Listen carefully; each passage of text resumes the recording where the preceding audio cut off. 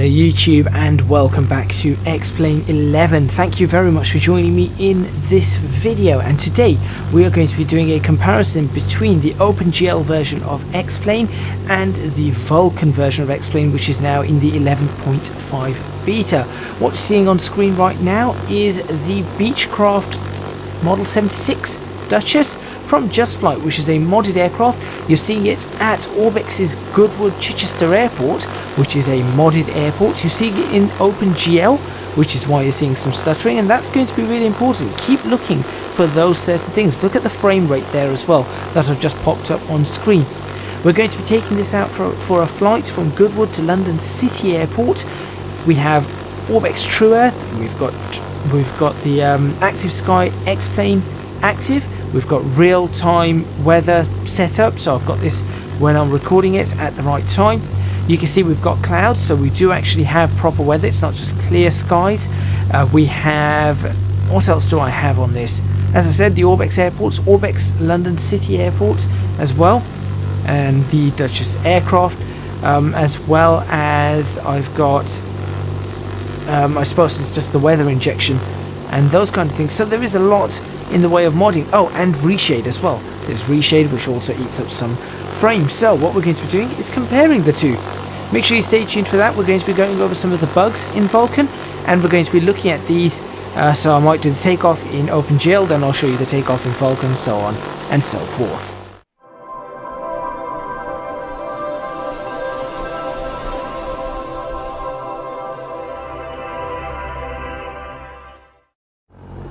Okay, so here we are in OpenGL to start with. I know you guys are probably very excited to see Vulkan, for those people who haven't got it yet. And just to explain quickly what Vulkan is a new graphics API, which is it's just a start for X-Plane. All they've done is got Vulkan Metal in. They haven't done anything to make major changes, but what it allows us to do is it allows smoother frame processing, loading things much more smoothly, and therefore allows for smoother flights. Now, I want you to be keeping an eye on that frame counter that I have got in the corner. At the moment it's reading 30 frames, as you can see, whilst I am setting up the aircraft. In a moment I'm going to move over to the Vulkan version of this. So I did two flights, both of them exactly the same, neither of them replaced, so it was all live flying. As I said, I've got ActiveSky XP, this aircraft, which is a JustFlight aircraft, highly detailed. I've got Orbx London City Airports, we've got Orbx Goodwood Chichester Airports, and we have Orbx TrueEarth as well. So we've got loads of things. Oh, and Reshade.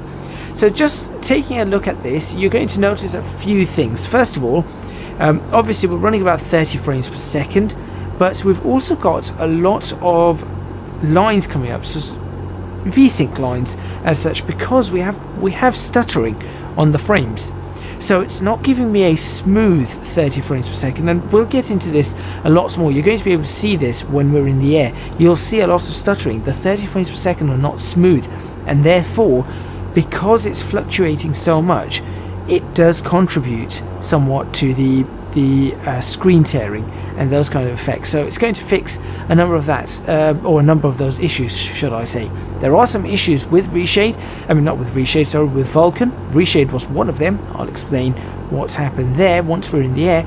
But what I'm now going to do is I'm going to swap over to the Vulkan version of this exact same startup, and I want you to watch the frames and see the difference just right from the start. Okay, and here we are in the Vulkan one. So you can immediately see in the Vulkan one, look at the frames that we're getting. First of all, it's not gone up a huge amount. We were getting 30 frames, now we're getting 40 frames, but it is sort of starting to creep up, and you're going to see as I start putting things in, you've seen 45 there for a split second. See 43, 42, 49. I think they might have just touched 50 as well. And it does look a little bit different. Now, this is also using Reshade. It also has the Orbx scenery. It also has the same JustFlight aircraft. Nothing else has changed. I've just clicked Vulkan. In fact, now we're getting 51 frames per second. I saw 52 as well. I am not doing anything different whatsoever. You can see that things look a little bit smoother as well. I'm not sure what it is about it, but I did notice when I was flying the two, things did look a little bit smoother. And if I cannot remember if I move things around. I should. There you go. You can see that there isn't any stutter as I'm moving things around, and therefore you're not seeing any screen tear whatsoever, because the frames seem to be rendering in a much more stable fashion, which is obviously contributing to the lack of artifacts, or the lack of screen tear, should I say, not artifacts. We probably will still get artifacts. So we're moving off here in Vulkan, and what I will do is I'm going to hop back to the OpenGL just when we get ready for takeoff, and we'll do a takeoff with OpenGL, and we'll see if we can do the same takeoff with Vulkan. I say we'll see. I know we can do the same takeoff with Vulkan because I've done it. So let's go ahead and swap back to OpenGL for the takeoff. But you can see here we've just seen 54 frames per second. Now you're going to see the end of the taxi and the takeoff in OpenGL. Okay, so here we are, and we are taxiing currently to runway 32 at Goodwood Chichester Airport. So this is also where the Goodwood Festival of Speed is. You might see some cars racing around here and there, I'm sure. I'm sure I did when I was recording this, so we'll have to see.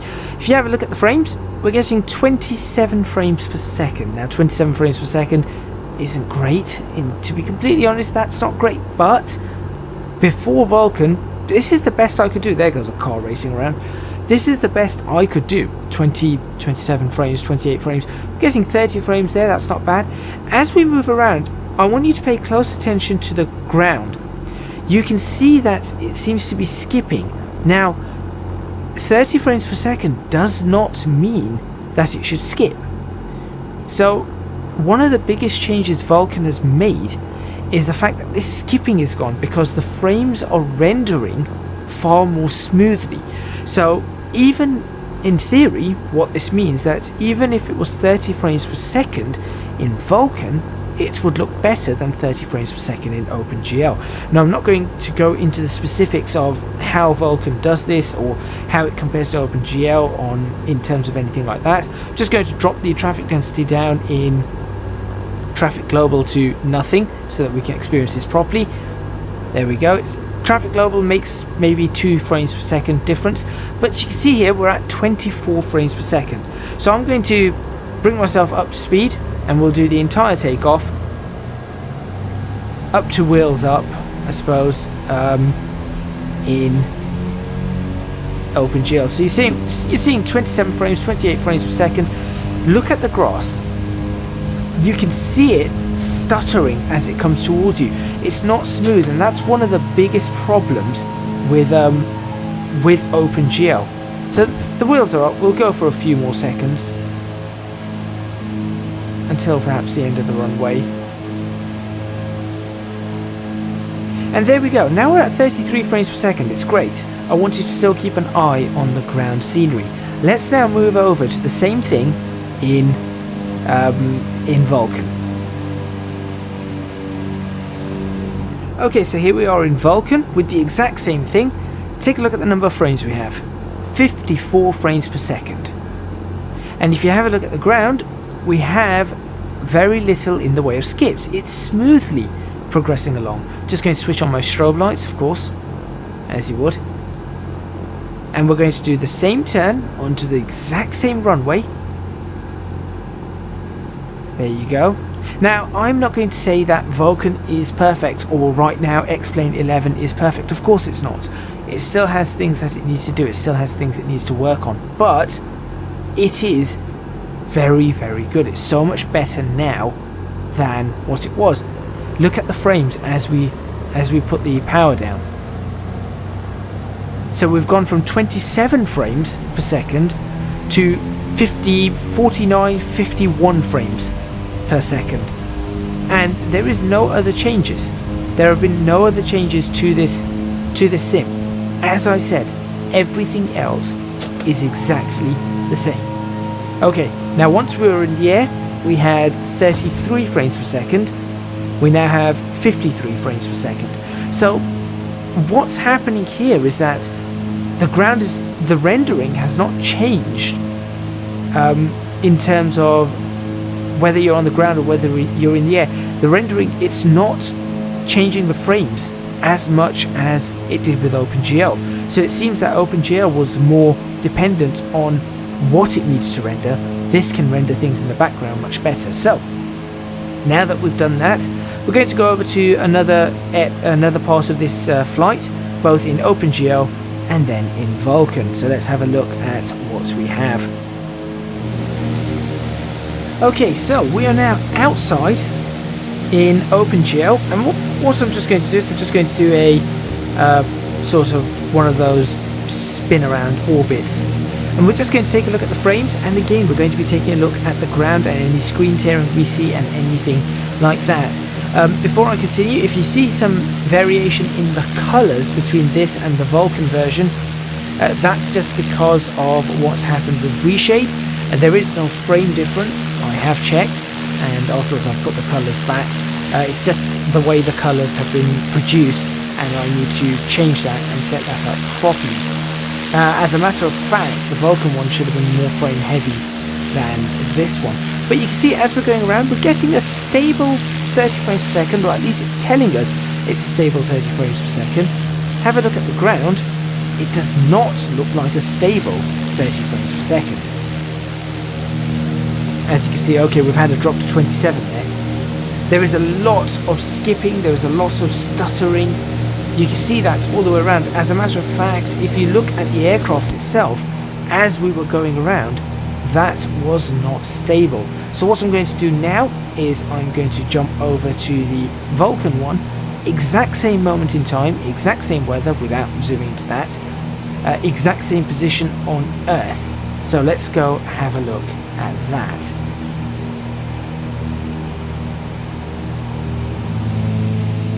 So here we are in Vulkan, exact same thing. As you can see, it's just a little bit brighter because of the reshade, but look at the frames that we're getting. 48, I saw a drop to 47 there, I saw a drop to 40 there, but there is far less in the way of stuttering. Now, albeit on YouTube it might not capture this as great as it could be, it might capture a little bit more stuttering due to the recording device, but when I was flying this there was little to no stuttering. I did see a couple of stutters, but nothing anywhere like what I saw in OpenGL. It was so much smoother, and that's really, really important. For example, just there, I think if that stutter got picked up by YouTube, there was definitely a stutter there. It's just a very short stutter, a very quick one. But as you can see, exact same thing, so much better. Now I'm just going to leave this on for a moment like this, because I just want to talk about some of the bugs that they've currently got in Vulkan. Now remember, it is a beta at this point in time, or a beta for however you wish to pronounce it, but at this moment in time it is a beta, which means there are going to be bugs and things are not going to work. The first one that I ran into trouble with, it took me about 10 minutes, 15 minutes to solve, was Reshade. Now what's happened with Reshade is that Reshade was looking for OpenGL, and then it was trying to look for Vulkan, and it just couldn't compute, so it was crashing, saying cannot find the Vulkan Reshade library. The way around that is you uninstall Reshade in OpenGL, and then you install globally for Vulkan and tell it to point to X-Plane 11. Now it's the exact same way as a normal Reshade install, except the fact that you have to click Vulkan. It says install Vulkan for all games, and then when you select X-Plane 11 afterwards, you click Vulkan as the engine or the API, and then it will go ahead and do whatever it needs to do. So that was one issue that I came across. Other known bugs, we've got dark contrails instead of white contrails currently. Contrails and wing condensation are missing in the replay.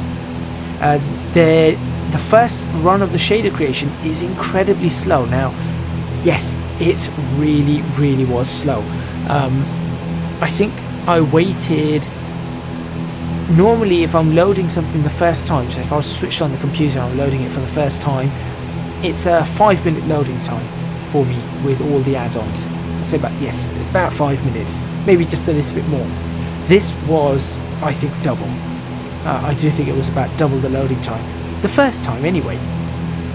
I loaded it again, a lot faster, but it's still fairly slow.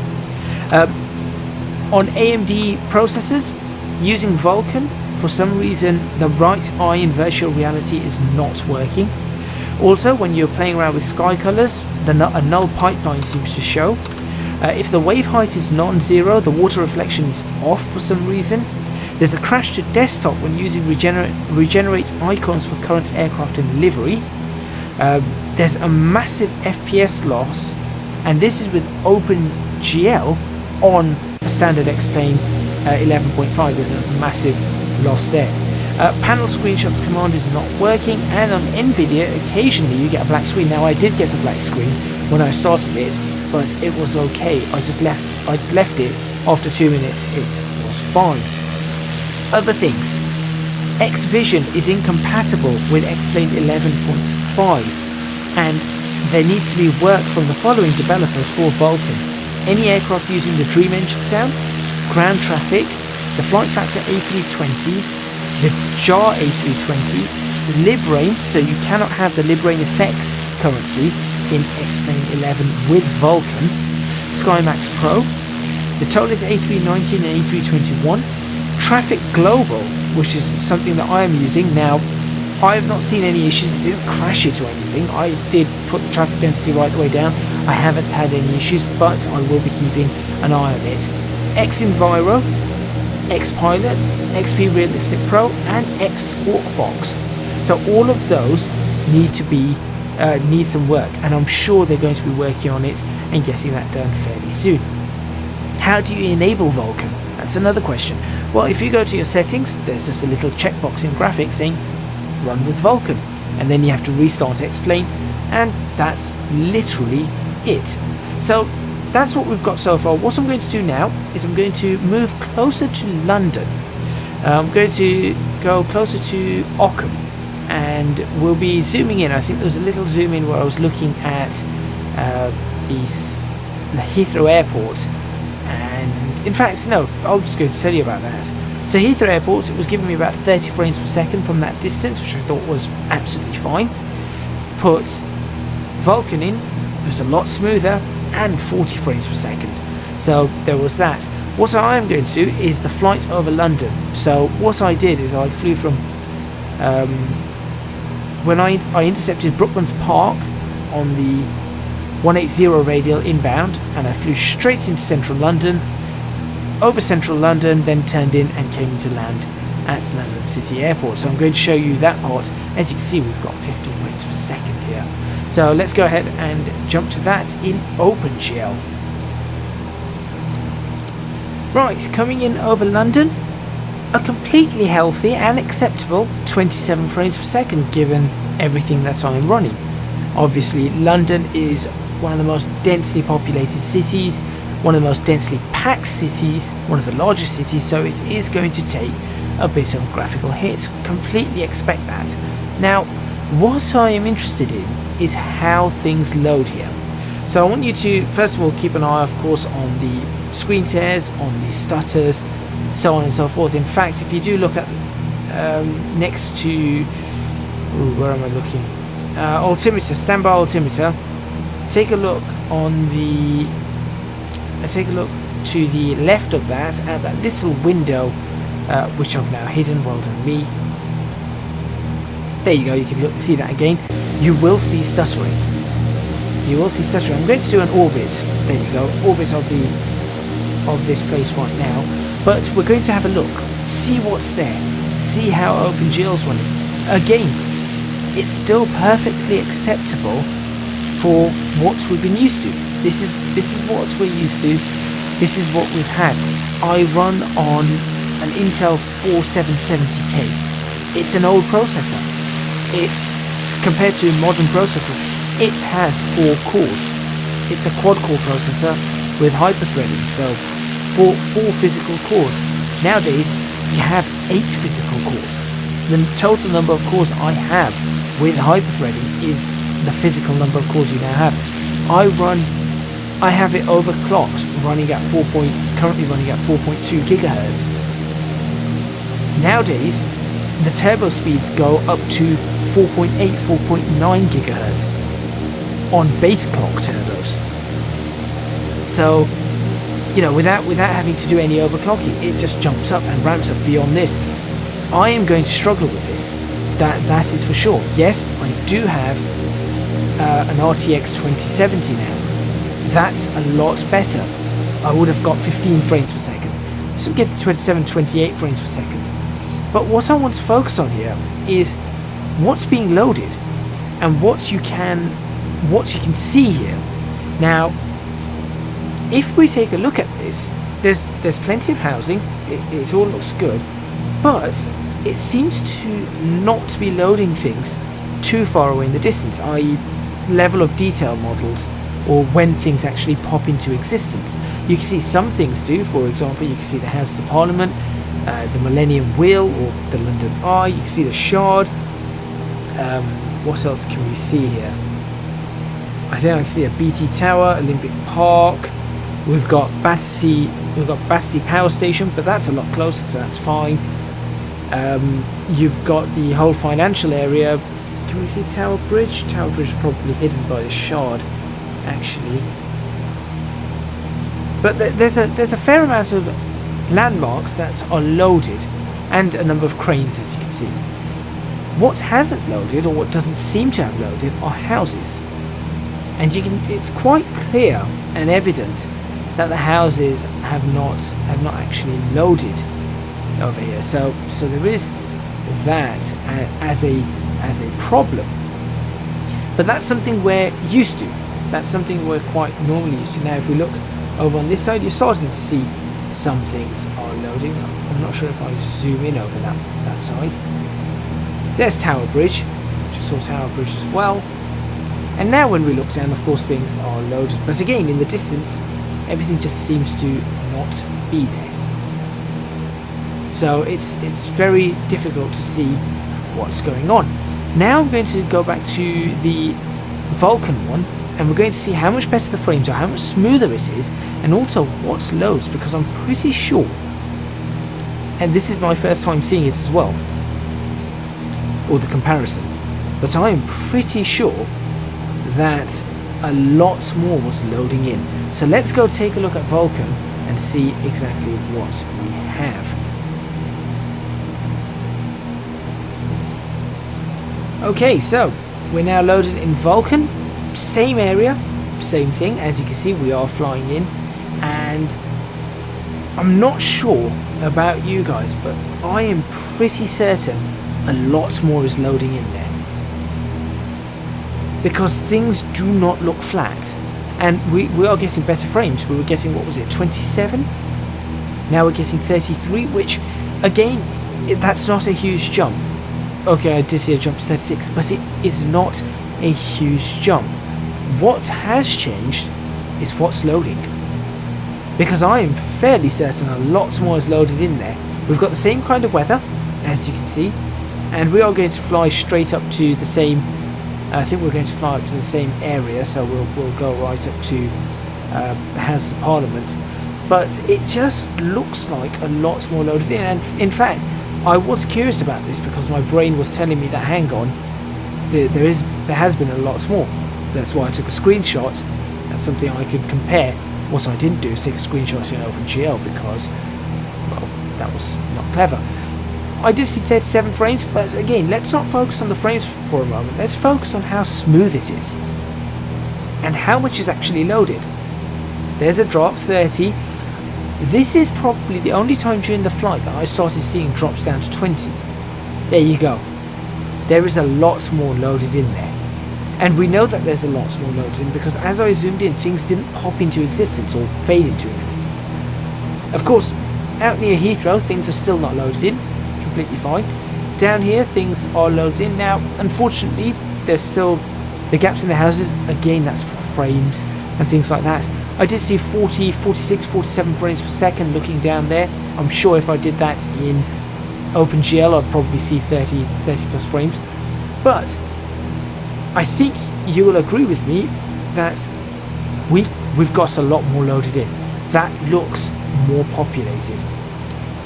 It's just more real. And I might, if I do remember, I will try and do a side-by-side comparison. I might forget, but I'll try and do a side-by-side comparison, just some frames right now, just swapping between the two as we're around the exact same point in time. Now we cannot just pick out, you can see here, we cannot just pick out the structure and say, oh look, there's the Shard, oh look, there's the House of Parliaments, there's the Millennium Wheel. We're looking at this and we're looking at it and saying, okay, amongst this city, can I find something? Can I see something? There's the drops into the 20s. But even then, if you look at the drops into the 20s, it's not terrible. The stuttering is far, far better. This is where I did see the stuttering, and this is where it was a little bit more obvious, which is why I've zoomed in there. But it's far less noticeable than it was beforehand. But that's what I'm trying to prove where I zoomed into that particular window.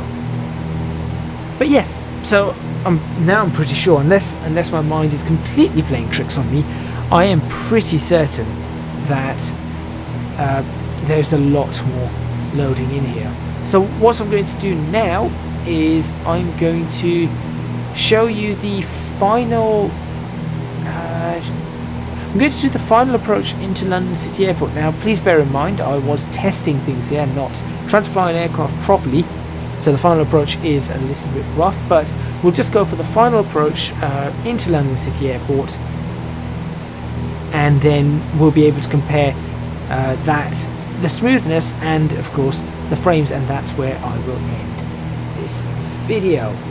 So let's go back to OpenGL and see what we have. Okay, so here we are on turning on to our I think we're turning on to base. Yes, I think we're turning on to our base leg, and very shortly on to final for OpenGL. So we'll take a look at the frames, see what we see, and see how things load. I've just gone back, and what I just said about more loading in, it does load a lot more in. So not only are we getting better frames and smoother sim, a lot more is actually loading in. We're getting to see more. So we're looking at 25 frames here, 24 frames, 25 frames. Something I'm used to. I've landed in sims before with 13 frames a second. I think I did it once with 9 frames a second. That was difficult. I will admit that. 9 frames per second. It was a very heavy landing. It was incredibly difficult. Very rough, very heavy. Just nothing good to say about that. Okay, so let's have a look at this and see what we have. I did try pressing the approach and nav, but then I realized it does not look at the nav 2 instrument, so that was a fail, so I ignored it. So here we go, coming into land. It's going to take us a little bit of time, not too long though. As you can see, again, it's going to be juddery, it's going to be a bit weird, but that's okay. I am just trying to bring an aircraft into land roughly whilst taking a look outside. So let's pay close attention to what we can see in front of us. So we see some houses just to the left hand side. So just off our left we see some housing. Then we've got an open area. We see the airports, of course, and I can see in the distance, I can see some of the buildings. I see Battersea Power Station way off in the distance. I see the Shard, I see Canary Wharf, the HSBC building, is it Citibank? I see that building. I see a stadium, I think that's that Olympic Stadium I see the Millennium Dome. And of course close by I see a number of houses, so that's good. What I do not, I see the Thames Barrier now. What I do not see is a really, really good representation of London. I see a good representation of London, but not a really, really good one. Why?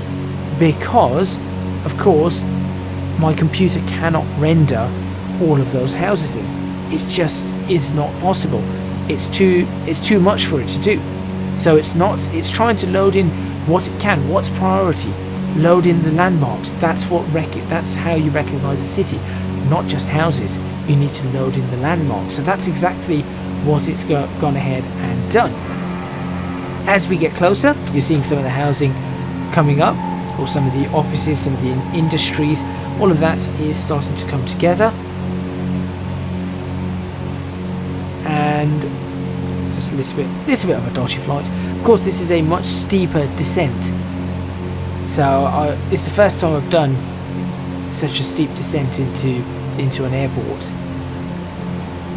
But as we're getting closer, you can see some of the housing, some of the other landmarks, and some of the roads and everything becoming more defined. So clearly on this side of the Thames, you can see a lot more. In fact, you can see vehicles now. But as I said, on this side of the Thames, there's a lot more that is visible. And now on the far side of the Thames, you can see things starting to load in as well. I must say, I think I have to get these colours copied into what's it called? The Vulkan's Reshade. I do need to copy these colours in. They just look a little bit better. Oh, and in interests of fairness, I switched off all depth of field effects on both of them so that we could see everything as it is. So there is no depth of field effects on this. It's just color grading and just slight sharpening. That is all there is on this. The anti-aliasing is being run by Reshade. So no fancy depth of field effects to trick anything, or HDR or anything like that. None of that is on. So there we go. We can see as we've come into city airports, we're getting 22 frames per second, 20 frames per second. It's okay. I can see the stutters, but it's flyable, which is great. X-Plane 11 OpenGL doing a decent job. It is flyable with some difficulty, and things did load in towards the end. So we did recognise the area towards the end. What we're going to do now is we're going to swap over to Vulkan and see how that same approach works somewhat differently. So there we go, we're on the ground, 19 frames per second, we've seen 18 frames per second. So the lowest we've had is 18, and that was fairly decent. Let's see what we have when we swap over to Vulkan.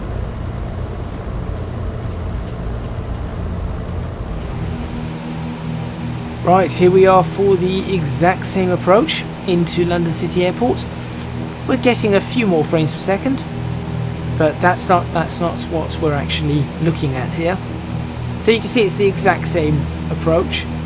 I think I'm a little closer here to City Airport than the last one, but not by much. So you can see the same bridge. I took another screenshot. That one was a mistake. But we're going to do the same thing, looking around. We're going to look out the window, see what we see, and see how different that looks. Now, just looking at the way that's been rendered, there's far more realism in that than I have seen in the OpenGL. And if you look around, we can see houses. It's not just disappearing. Oh look, here's a smattering of houses that we're going to render, but we cannot render the rest of them because we do not want to eat up your frames. Oh, Vulkan's gone, no problems, let's do it. So, same approach, coming in over the Thames, doing the same approach in.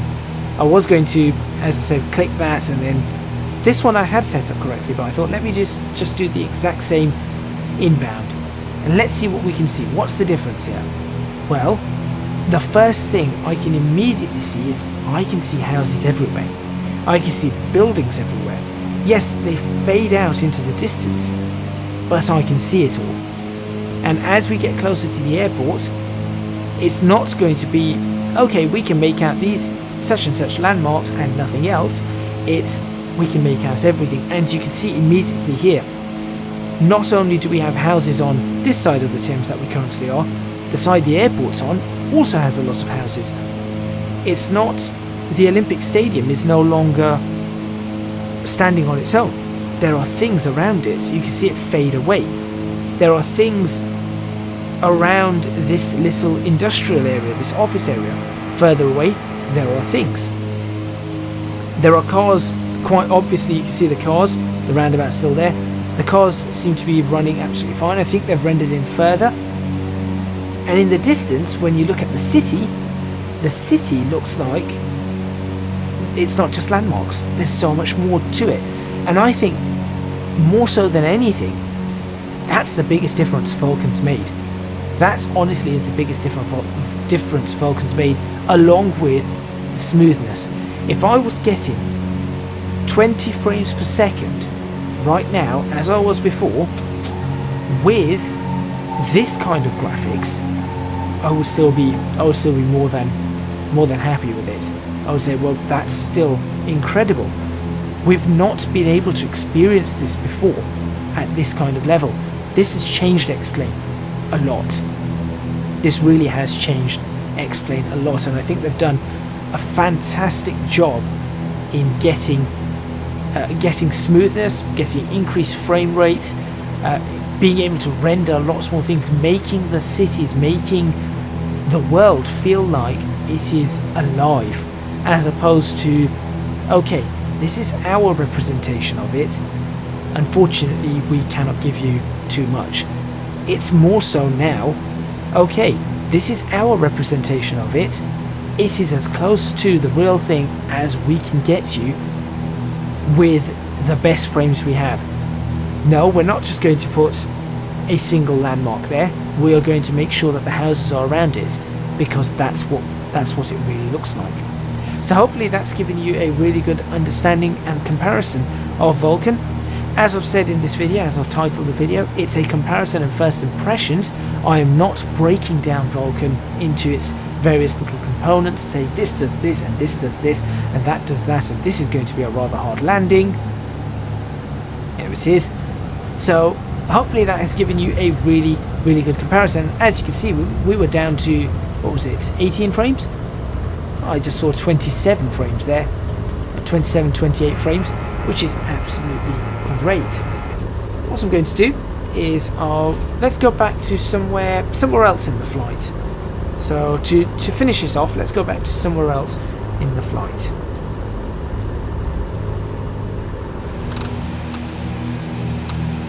Okay, so here we are back somewhere in the flight. This is as we were approaching London. This is one part that I haven't shown you. I think this is where I zoom into Heathrow. But just for my final thoughts, what are my thoughts on Vulkan? What are my thoughts on X-Plane as it is in 11.5? Well, there are some bugs, as they've said.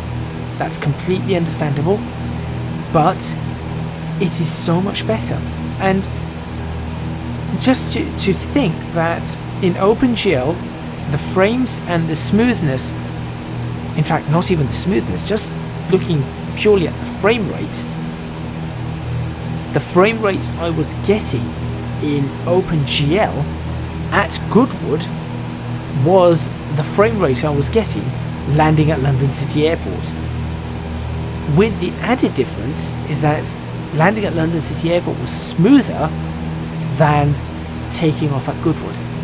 So that just shows you the change that they have made to the actual engine or the graphics API.